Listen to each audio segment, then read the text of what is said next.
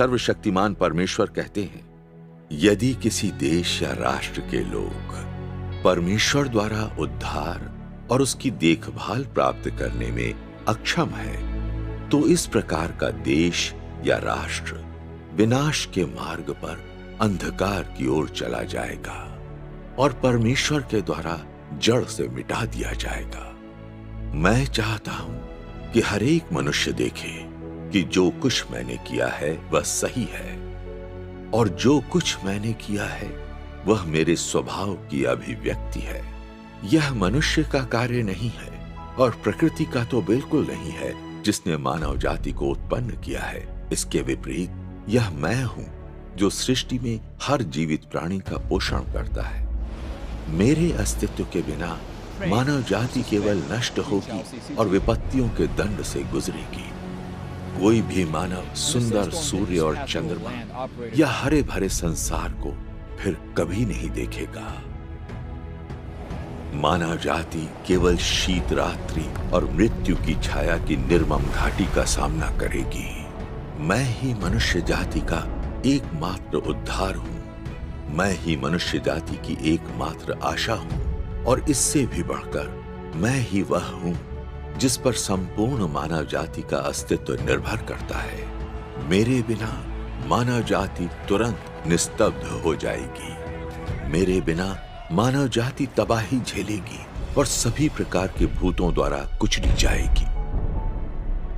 भले ही कोई भी मुझ पर ध्यान नहीं देगा, परमेश्वर मनुष्य के लिए एकमात्र उद्धार करता है। यदि हम अंत के दिनों में परमेश्वर के उद्धार का परित्याग कर देते हैं, फिर चाहे हमारे पास कितनी भी धन संपत्ति हो और चाहे हमारी पद प्रतिष्ठा कितनी भी अधिक हो या हमारे पास कितनी भी अधिक शक्ति हो, यह हमें आपदा से पीड़ित होने से नहीं बचा सकती।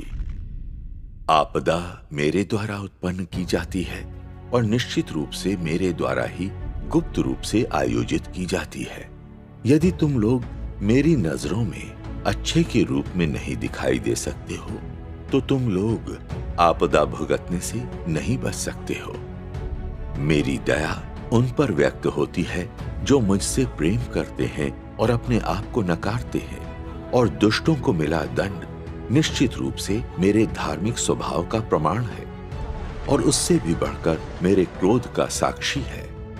जब आपदा आएगी तो उन सभी पर अकाल और महामारी आ पड़ेगी जो मेरा विरोध करते हैं, और वे विलाप करेंगे।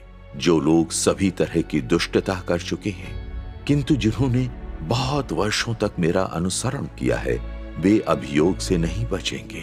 वे भी ऐसी आपदा जिसके समान युगों युगों तक कदाचित ही देखी गई होगी में पड़ते हुए लगातार आतंक और भय की स्थिति में जीते रहेंगे, और केवल मेरे वे अनुयायी ही जिन्होंने मेरे प्रति निष्ठा दर्शाई है मेरी सामर्थ्य का आनंद लेंगे और तालियां बजाएंगे। वे अवर्णनीय संतुष्टि का अनुभव करेंगे और ऐसे आनंद में रहेंगे जो मैंने पहले कभी मानव जाति को प्रदान नहीं किया है, क्योंकि मैं मनुष्यों के अच्छे कर्मों को संजोए रखता हूं और उनके बुरे कर्मों से घृणा करता हूं। सर्वशक्तिमान परमेश्वर के वचन हमें कहते हैं कि आपदाओं की शुरुआत और व्यवस्था परमेश्वर ही करते हैं। परमेश्वर अपना विरोध और बुरे कर्म करने वालों का नाश करने के लिए आपदा का इस्तेमाल करते हैं, और इसका उपयोग वे हृदय और भावनाओं वाले लोगों के समूह को जगाने और चेतावनी देने के लिए भी करते हैं, ताकि ये लोग अंत के दिनों में उनके उद्धार को स्वीकार कर लें। परमेश्वर अंत के दिनों में यही कार्य करते हैं।